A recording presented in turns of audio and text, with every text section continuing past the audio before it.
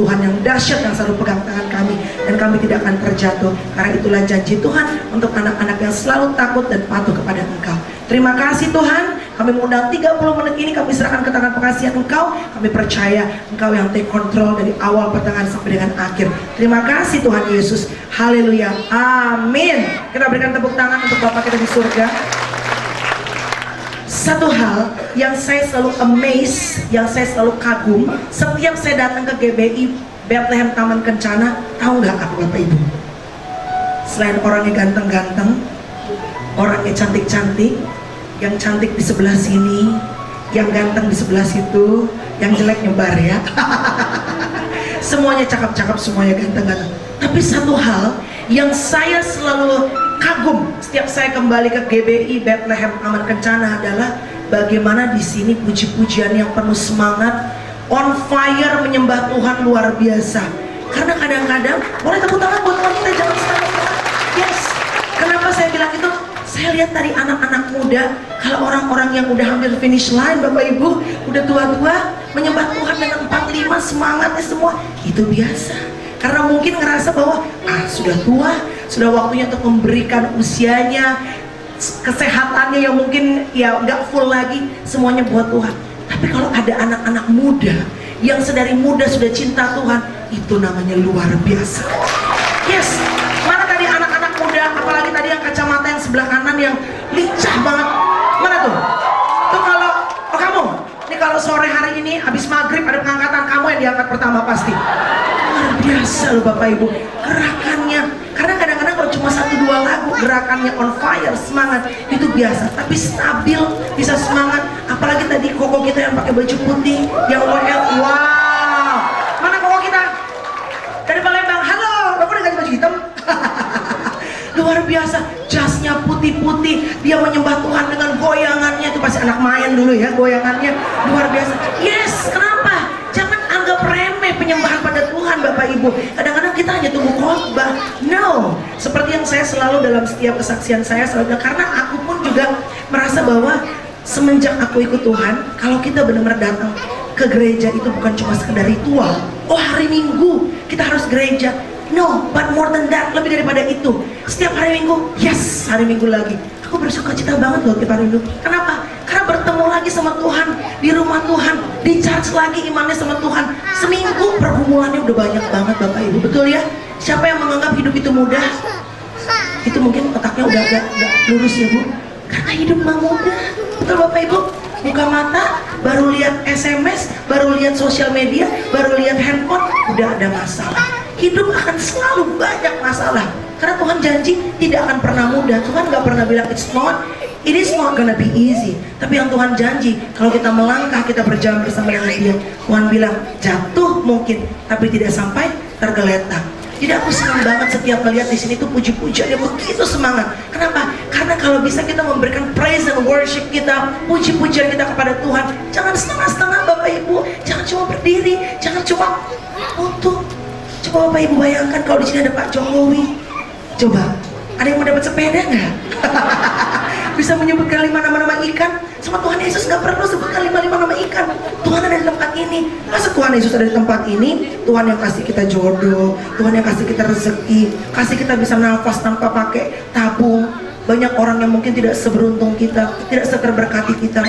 Saat kita puji-pujian sama Tuhan, angkat tangan kita Bapak Ibu, puji Tuhan, kasih senyuman yang terbaik. Datang ke gereja jangan cuma kaos oblong, pakai yang terbaik baju kita. Karena apa? Kalau kita mau Tuhan kasih yang terbaik buat kita, jangan pernah kasih yang nomor 2 buat Tuhan. Betul? Kasih yang terbaik buat Tuhan. Tepuk tangan buat Tuhan kita ya. Orang Batak begitu Bu, semangat ya Bu ya. Apapun yang terjadi. Siapa yang orang Batak di sini? Gak perlu disebutin, dari wajah-wajahnya udah kelihatan ya. Itu namanya gerombolan orang Batak, Perbakin, Persatuan Batak-Batak Kinclong dan Batik, Batak-Batak cantik ya. Gak apa-apa ya, gak Batak, gak apa-apa. Tenang Bang, tenang, sabar ya Bang. Gak masalah, mau Batak, mau Cina, mau Manado, mau Jawa, yang penting mengasihi Tuhan, betul? Ya, it doesn't matter where you come from. Yang penting kemana kita menuju. Your final destination, itu yang paling penting. Kemana? Ke surga. Untuk dulu di sebelah kanan Tuhan Yesus. Baik, saya akan mulai kesaksian saya. Itu belum mulai loh Bapak Ibu, itu hanya pemanasan saja. Baik. Makasih buat Sarah. Tepuk tangan dulu dong buat Sarah yang di depan ini Bapak Ibu. Dia yang bantu saya to fulfill my promise to God. Saya berjanji tahun lalu sama Tuhan, aku akan melayani 20 gereja. Saya bilang, Tuhan, kalau sesuatu ini doaku ini Tuhan jawab, aku akan pergi ke 20 gereja. Terus ada yang bilang, kenapa nggak 21? Kenapa nggak 22? Gak tahu, keluarnya 20 gereja aja. Tapi mudah-mudahan setelah 20 gereja jangan berhenti. Kita mau tambah-tambah lagi, kan Tuhan bilang pergi, aku perlengkapi engkau. Jujur loh Bapak Ibu, jangan dipikir karena saya artis, kalau saya itu naik ke atas mimbar atau berkesaksian gini, saya nggak mau dibilang khotbah karena aku belum ready untuk khotbah. Kalau khotbah mungkin Pak Pendeta yang udah bisa, aku belum bisa. Tapi kesaksian aja. Pas Tuhan bilang, jadi aku tuh udah dengar suara Tuhan udah beberapa waktu gitu Bapak Ibu. Nah ini Tuhan dong, jangan cari duit terus, kata Tuhan gitu.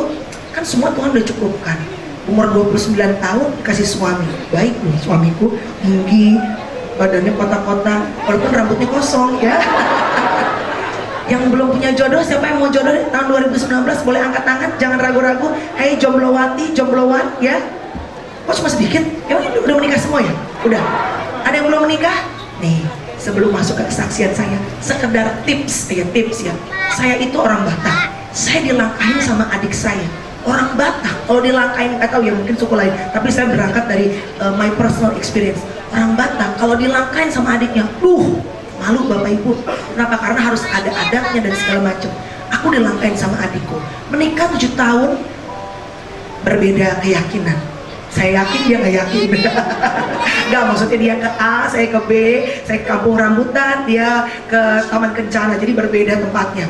Akhirnya untuk yang mencari jodoh, saya lakuin ini, and it happened in my life. Jadi mungkin ada yang jomblo udah 5 tahun, udah kering banget kayaknya ya. Mungkin pengen harus mulai melakukan ini. Tulis, nanti malam pulang, ambil selembar kertas, tulis apa yang engkau inginkan dari seorang laki-laki atau perempuan yang pengen menjadi calon pasanganmu. Aku tulis loh Bapak Ibu. 1, pertama, cinta Tuhan. Jelas dong, kalau cuma cinta aku nggak cinta Tuhan, capek. Jadi istri jadi security-nya suami. Tiap suami pulang handphone ditaruh, kita ngelirik. WhatsApp sama siapa tuh, ya kan? Capek, karena kan kita bukan satpamnya suami, kita istrinya. Tapi kalau cari suami yang takut sama Tuhan, biarin aja dia mau kemana, handphonenya mau apa. Gak pernah tuh dikunci-kunci, karena apa? Karena suamiku bukan takut istri, suamiku takut Tuhan. Kemanapun dia pergi, dia tahu. Walaupun istrinya nggak lihat, tapi ada Tuhan Yesus matanya yang ngelihat.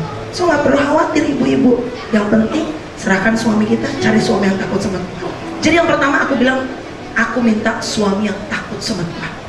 Yang kedua, karena Bu dari dulu pingin banget bahasa Inggris Bung, yang lancar gitu Bung ya, tapi nggak bisa-bisa karena bahasa itu kan masalah keterbiasaan.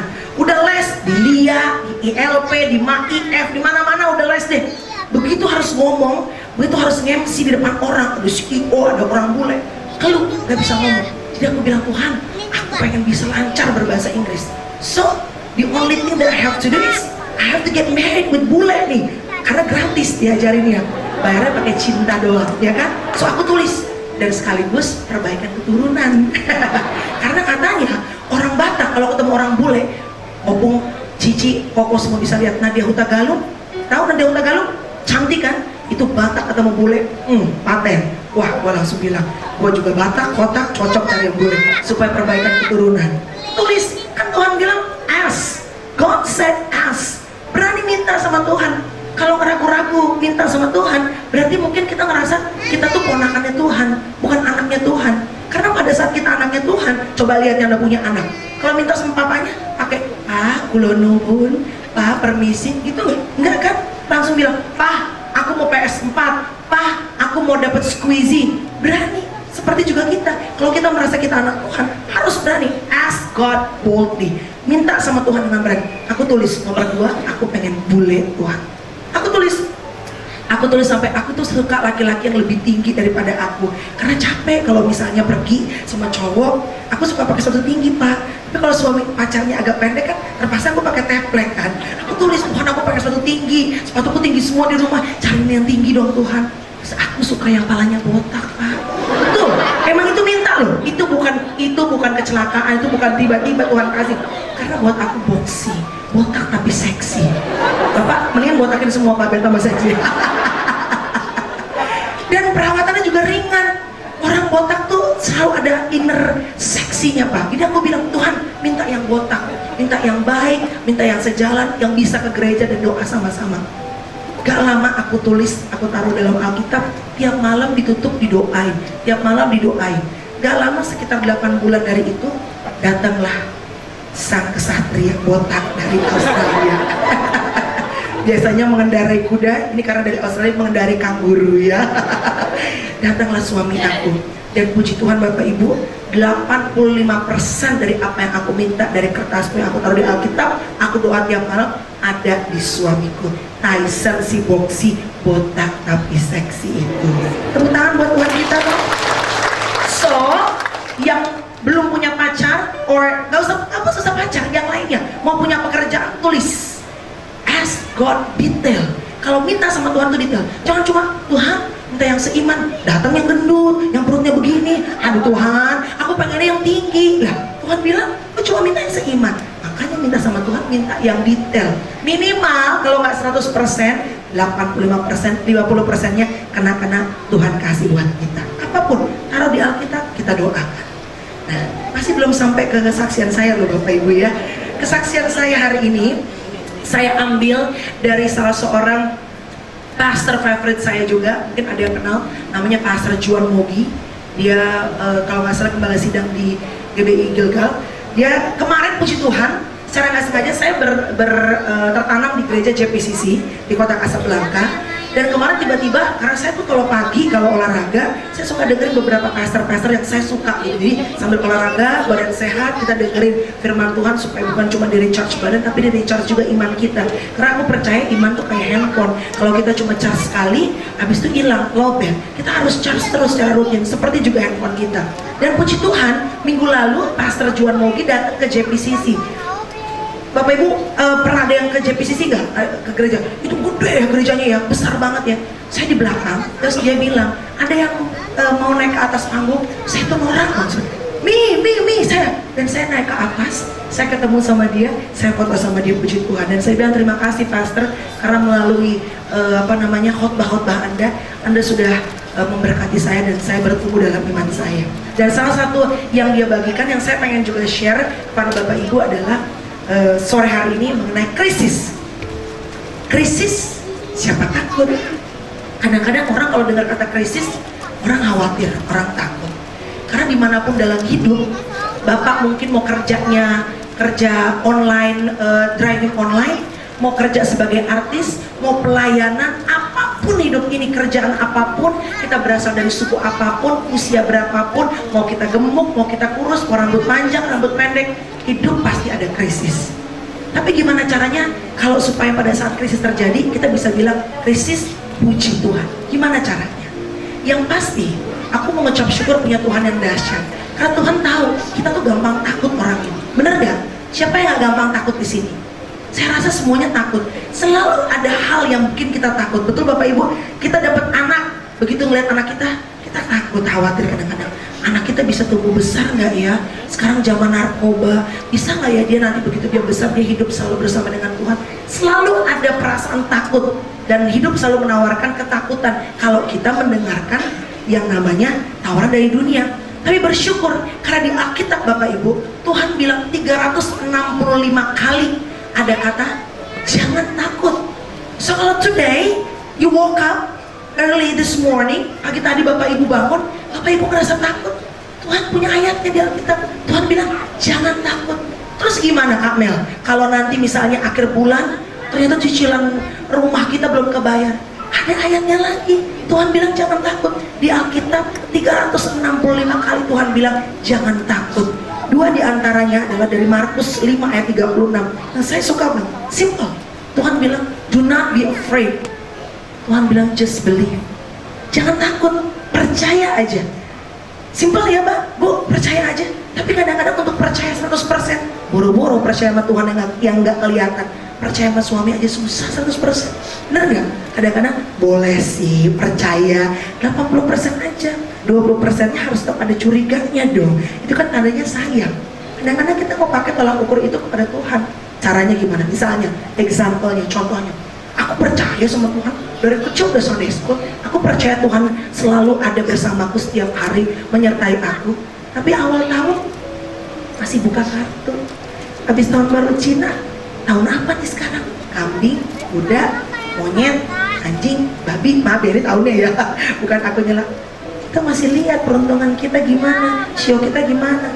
Kenapa masih lihat Bapak Ibu?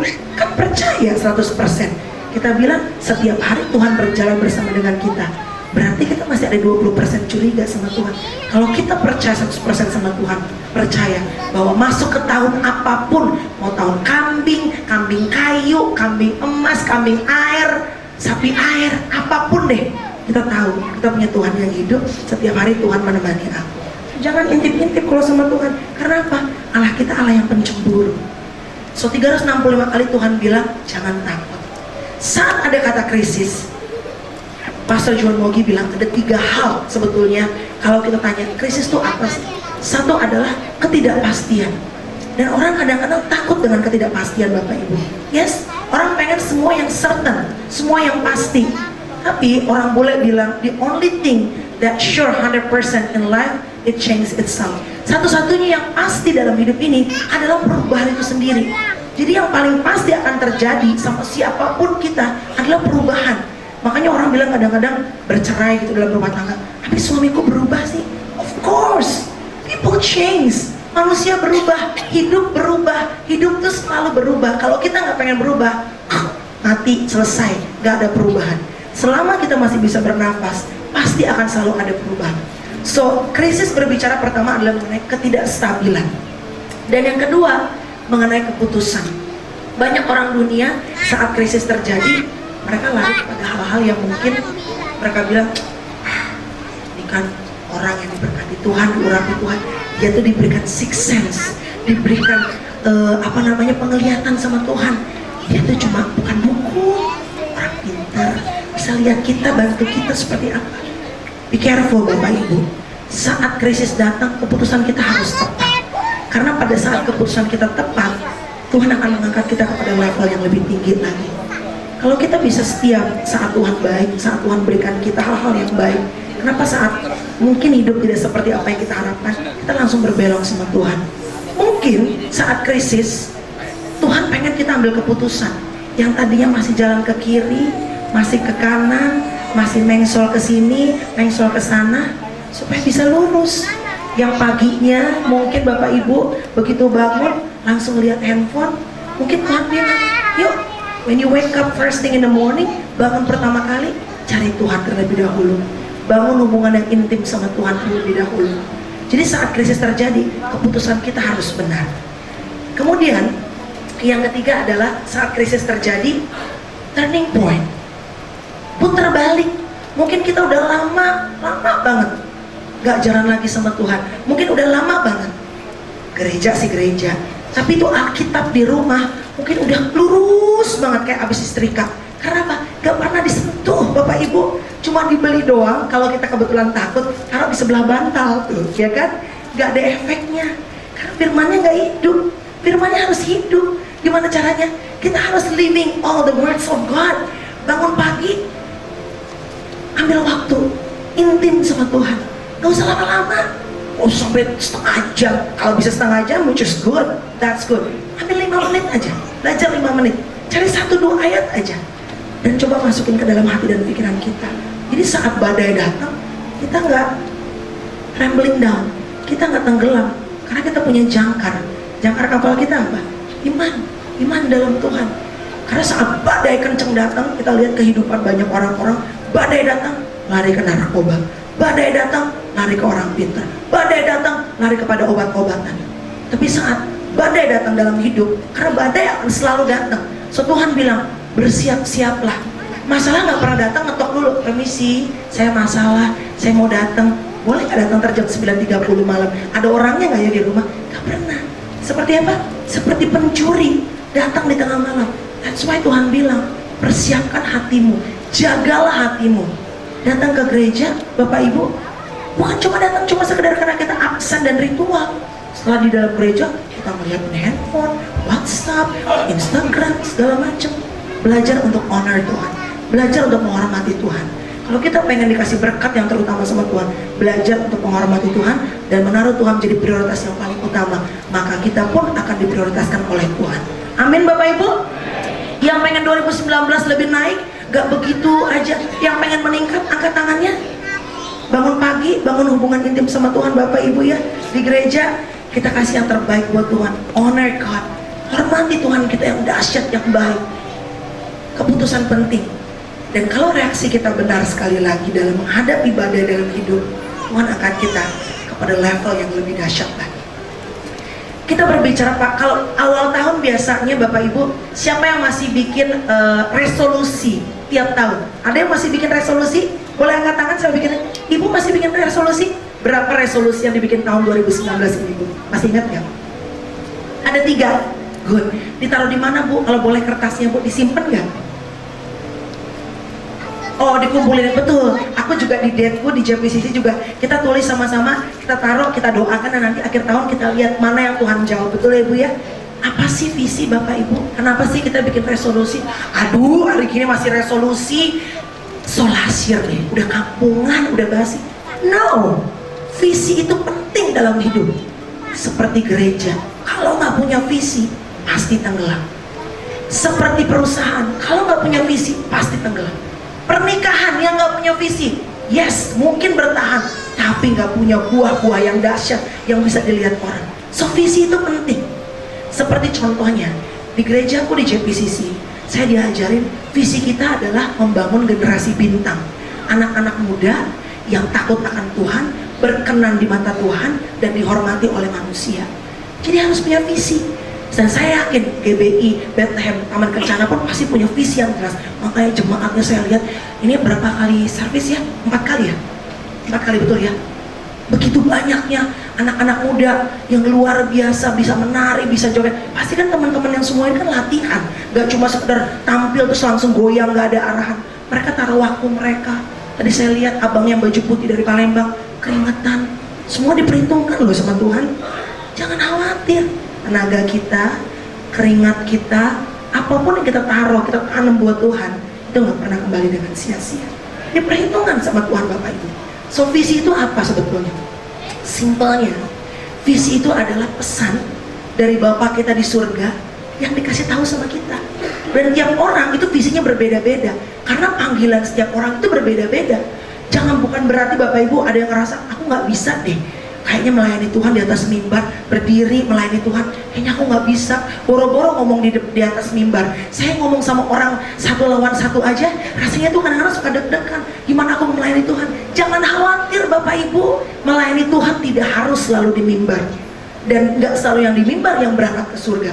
No, apapun yang kita layani Tuhan dengan bakat, dengan kemampuan kita, dengan sepenuh hati kita, bahkan yang mungkin misalnya cuma narikin kabel, yang pasang tanggung, yang masang kabel, itu semuanya diperhitungin sama Tuhan. Jadi kalau Bapak Ibu mungkin tahun-tahun kemarin belum ada pelayanan, coba mulai pikirin, tahun ini aku mulai pengen melayani Tuhan. Apa ya bakatku? Nyanyi mungkin suara sumbang gak bisa, main keyboard mungkin gak bisa. Bagi kolekte deh, apa sih kolekte? Persembahan ya, kalau orang Batak bilang kolekte ya. Bagi persembahan deh bisa, kan kaki masih kuat. Apapun yang kita bisa, atau atur-atur parkiran kayak it's okay.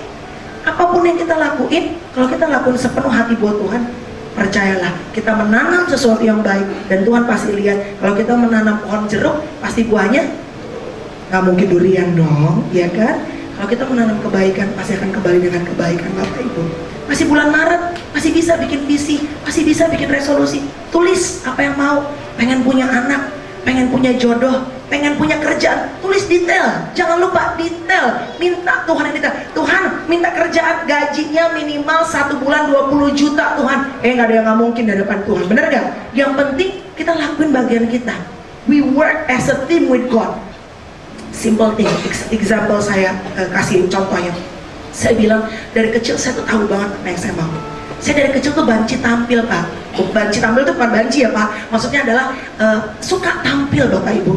Jadi dari kecil aku tuh selalu bilang, kalau orang-orang pengen jadi dokter, pengen jadi aku pengen masuk TV, pengen masuk TV, pokoknya harus jadi artis. Tapi dulu Bapak Ibu, kalau mau jadi artis tuh harus yang cantik, harus rambutnya panjang, kalau cewek harus yang putih, langsing. Ya aku sih nggak jelek-jelek banget ya, tapi kan nggak putih-putih banget juga ya. Jadi aku masuk ke radio, itu adalah salah satu caraku. Oke, teamwork sama Tuhan.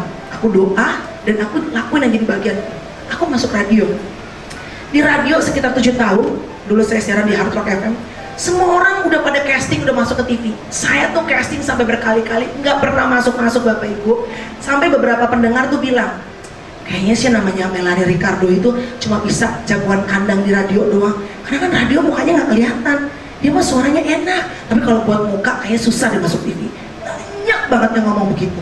Tapi aku bilang sama Tuhan, Tuhan, dan mamiku juga pernah bilang, ingat mamiku pernah bilang, kalau matahari mau bersinar, gak ada yang bisa menutup cahaya. So you just believe, lu percaya sama Tuhan, lu doa, kita diet, biar lebih singset, ya kan?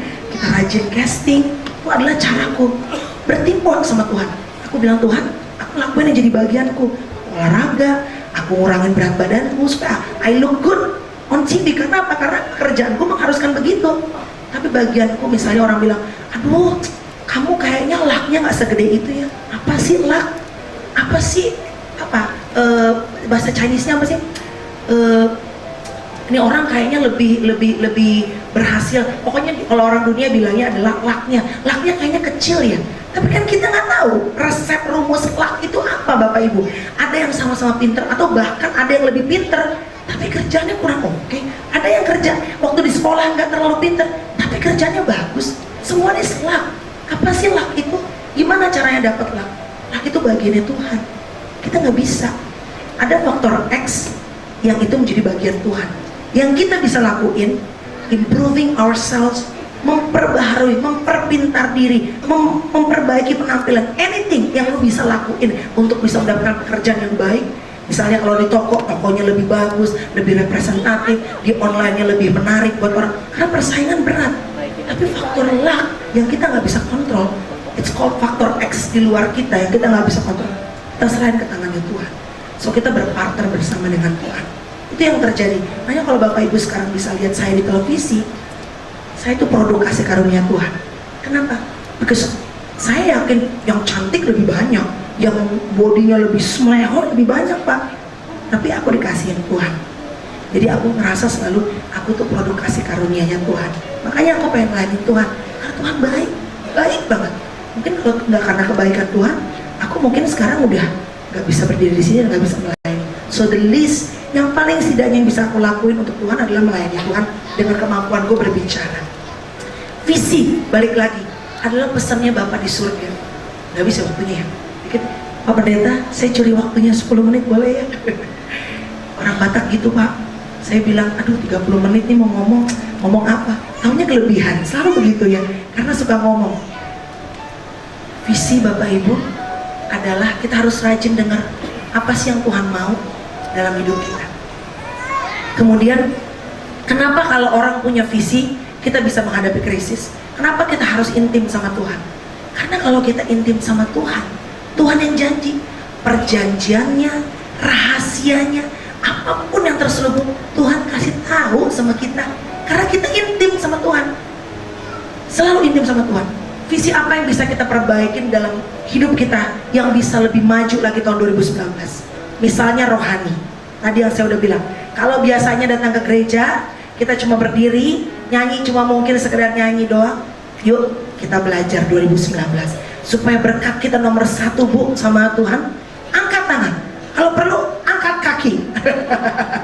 Angkat tangan dua-duanya sama Tuhan, menyembah Tuhan. Anggap bahwa Tuhan ada di tempat ini. Oke, gak cuma sekedar nyanyi pelan, smile, salam orang kanan kiri kita, bersukacita kita berada dalam rumah Tuhan. Jasmani, kesehatan, kita bisa bilang kita pengen melayani Tuhan, tapi kesehatan kita nggak jaga. So saat krisis datang, udah krisis, kesehatan kita juga nggak oke. So salah satu yang bisa kita lakuin untuk bisa, cara kita untuk bisa mengucap syukur sama Tuhan adalah menjaga kesehatan kita. Karena Tuhan bilang ini kan adalah rumah Tuhan. Bapak Ibu mungkin yang udah jarang olahraga, yang makannya hajar bleh, gimana kita mau melayani Tuhan, mau panjang umur. Walaupun soal usia itu kan bagiannya Tuhan. Makan boleh dikit Pak, yang penting icip. Tapi jangan hajar bleh. Karena supaya kita sehat, supaya apa? Supaya dikasih umur panjang sama Tuhan, supaya bisa melayani Tuhan. Kalau masalah take off sih, berangkat sih, itu terserah Tuhan ya. Yang penting kita lakuin jadi bagian kita. Duren 2 aja Pak, jangan hajar semua. Habis itu kepala tegang, ya kan? Boro-boro melayani Tuhan, kepala kita pusing, kolesterol kita naik. Jaga badan kita Pak, Bu, yes. Gimana kita mau melayani Tuhan kalau badan kita nggak dijaga? Suka sih makan babi, aku juga suka. Tapi jaga-jaga Bapak Ibu. Banyak teman-teman mati muda soalnya, bener nggak? Karena semua jaga mulut. Kita minta Tuhan sehat, tapi kita harus teamwork sama Tuhan. Aku minta dikasih umur panjang. Doaku nih Bu, tiap hari, Tuhan, aku minta dikasih umur panjang. Karena teman-temanku banyak yang meninggal. Wah, itu mungkin udah jadi bagian Tuhan. Tapi kan kita boleh minta. Tuhan bilang, aku bilang Tuhan, kasih aku umur panjang dong. Bukan cuma umur panjang, tapi sehat. Supaya bisa lihat anakku yang pertama, Chloe sama Courage, mereka bisa menikah. Aku bisa berdiri, mudah-mudahan gak pakai kursi roda, mudah-mudahan bisa berdiri, bisa salam orang, bisa sehat. Tuhan, aku minta sama Tuhan dan berpartner sama Tuhan, jaga kesehatan kita supaya kita bisa melayani Tuhan. Next, lebih dekat sama keluarga Bapak Ibu. Siapa yang ngerasa mungkin pelayanan terus tapi sama keluarga akhir-akhir ini jadi malah jauh? Keluarga adalah yang utama, seperti kata keluarga Cemara tadi ya. Karena saat badai datang, yang menopang kita keluarga. Makanya aku Bapak Ibu biasanya di awal tahun minta sama manajerku, itu biasanya pertengahan anak-anak libur sekolah sama akhir tahun, pengen minta jalan-jalan bawa papa sama mamaku jalan-jalan. Ya tiket promo nggak apa-apa deh, yang penting kebersamaan. Karena saat masalah datang, yang menopang kita keluarga. Tanam firman kepada anak-anak. Dan pada saat masalah datang, anak-anak bisa menopang kita dengan firman Tuhan. Karena kita sudah menanamnya. Keempat, terakhir, keuangan. Saya belajar dari sahabat saya Yosi Project. Oh, ada yang kenal Yosi, pernah pelayanan di sini juga. Dulu waktu aku masih punya radio, saya lihat Bapak Ibu Yosi dulu lagi, hebat deh pokoknya. Aku tuh masih punya radio, berangkat dari Bekasi ke Sarinah Tamrin. Saya lihat Yosi tuh, aku bilang, Pak Oci, bawa apa tuh di amplop tebel banget, perpuluhan. Perpuluhannya banyak banget. Waktu gaji 3 juta, perpuluhannya 300.000. Setia dong, cuma 300, 3 lembar. Pas udah misalnya nih, gajinya 30 juta, gajinya udah 300 juta, masih setia nggak sama perpuluhannya? Ayo, harus. Jangan lupa, Pastor Wan Mogi pernah ajarin dan menurut aku ini bagus banget. Prinsip ekonomi surga kalau kita nggak pengen hidup miskin. Karena Tuhan bilang kita kalau hidup ikut Tuhan harus berkelimpahan, supaya kita bisa memberkati orang lain juga. Prinsipnya adalah seperti makan jeruk Bapak Ibu. Kalau kita makan jeruk, kalau kita makan semua, mencret nggak? Mencret, mati tuh. Karena kan ada bijinya, ada kulitnya, masuk semuanya, mencret, kita masuk ke UGD. Jadi kalau dapat rezeki, jangan telan semua Bu, Pak. Buka kulitnya, buang ke tong sampah. Ambil dagingnya, nikmatin. Jangan tadi nikmatin, orang kita capek 30 hari kerja, nikmatin dong menjadi bagian kita. Bijinya jangan ditelan, khusus buntu kan. Bijinya tanam. Tanam artinya apa? Bagikan kepada orang yang membutuhkan. Kalau kita rajin menanam, itu adalah investasi surga. Prinsip ekonomi surga. Kalau kita lakuin itu, percaya, aku udah menjalaninnya. Hidupku itu nggak ada kontraknya artis Pak, cuma dibisikin sama Roh Kudus. RCTI, Trans TV, pakai Melanie Ricardo, nggak ada kontrak, dan kontrak bisa habis tiba-tiba. Hidupku hari ke hari itu kasih karunia Tuhan. Tapi dengan prinsip ekonomi surga, apa yang harus ditanam, kita tanam. Apa yang kita harus nikmatin, kita nikmatin. Gak pernah kekurangan loh, bahkan meningkat terus sama Tuhan. Cantik banget, nggak nomor 1. Langsing banget, nggak nomor 1. Tapi setia sama Tuhan. Saat aku ngomong gini, Bapak Ibu jangan dikira aku udah setia selalu loh. Aku juga belajar. Karena saat kita berbicara mengenai firman Tuhan, firman itu adalah pedang bermata dua, menusuk kepada yang mendengar, menusuk kepada yang berbicara. Jadi aku juga belajar. Saat perpuluhannya masih tipis, kita setia sama Tuhan. Saat perpuluhannya besar, harus setia. Jangan cuma 8%, 10%. Karena namanya perpuluhan. Kembalikan kepada Tuhan apa yang menjadi bagian Tuhan, dan kita akan tidak pernah hidup kekurangan. Jadi berkat, jadi berkat, jadi berkat, berkelimpahan. Amin. Ucap syukur. Terima kasih Bapak Ibu. Kita nyanyi satu lagu, boleh sama-sama? Lagu kesukaan saya, kakakku cantik boleh bantu? Oh enggak, kakak duduk aja. Abang dari Palembang sama saya. Tepuk tangan dulu.